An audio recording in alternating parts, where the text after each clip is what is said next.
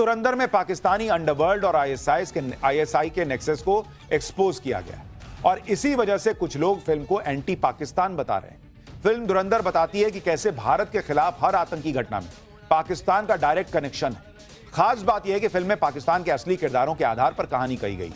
इसके अलावा फिल्म में पाकिस्तान में भारत के नकली नोट कैसे बनते हैं इसके बारे में भी बता दिया गया है, जिससे कुछ लोग पॉपकॉर्न की तरह उछल रहे हैं। फिल्म में दिखाया गया है कि भारत के नकली नोट आईएसआई के गोदाम में अखबार की तरह छपते हैं। नकली नोट में बिल्कुल असली नोट जैसे सिक्योरिटी फीचर्स होते हैं। फिल्म में दिखाया गया है कि एक ब्रिटिश फर्म पाकिस्तान को इंडियन करेंसी पेपर और सिक्योरिटी थ्रेड सप्लाई करती है। नकली नोट पहले कतर भेजे जाते हैं, कतर से नेपाल और फिर वहां से भारत भेजे जाते हैं। पाकिस्तान में भारत के नकली नोट छापने का काम आईएसआई और पाकिस्तानी बिजनेसमैन जावेद खनानी करते हैं। जावेद खनानी को भी फिल्म धुरंधर में दिखाया गया है। फिल्म धुरंधर में एक ब्रिटिश फर्म का भी जिक्र किया गया है, लेकिन हकीकत में एक ब्रिटिश कंपनी है जो भारत और पाकिस्तान को करेंसी पेपर और सिक्योरिटी थ्रेड सप्लाई करती थी। उसका नाम है डेला रू।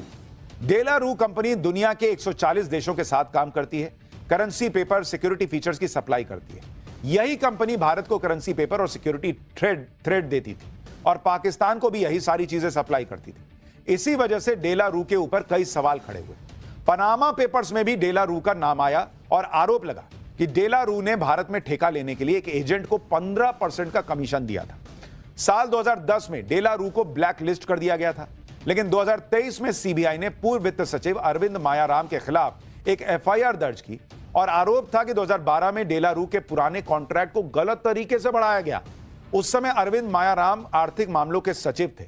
आरोप था कि मायाराम ने नोटों के लिए खास सिक्योरिटी थ्रेड की सप्लाई के लिए गैर कानूनी तरीके से एक्सटेंशन दिया, जबकि डेला रू कंपनी का कॉन्ट्रैक्ट पहले ही खत्म हो चुका था। अरविंद मायाराम ने यह फैसला बिना गृह मंत्रालय और वित्त मंत्रालय से मंजूरी लिए बिना किया था।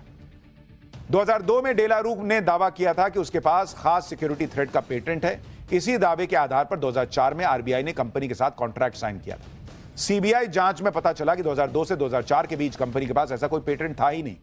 आरबीआई ने 2006 और 2007 में इसकी रिपोर्ट अरविंद मायाराम को भेजी थी, लेकिन मायाराम ने इसे नजरअंदाज कर दिया और वित्त मंत्री को जानकारी नहीं दी। डेला रू का कॉन्ट्रैक्ट दिसंबर 2012 को खत्म हो गया, उसका एक्सटेंशन नहीं किया जा सकता था। यह जानकारी मई 2013 को मायाराम को लिखित तौर पर दी गई थी।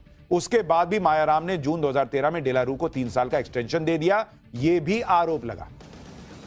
अरविंद मायाराम उस समय चर्चा में आए थे जब वो राहुल गांधी की भारत जोड़ो यात्रा में शामिल हुए थे। डेला रू से जुड़ा यह सारा काम जब हो रहा था, उस समय वित्त मंत्री पी चिदम्बरम थे। तो बहुत सारे आरोप हैं जिसको लेकर जो है सवाल उठते रहे हैं और अब उनमें से कई चीजें फिल्म में दिखा दी गई हैं तो कई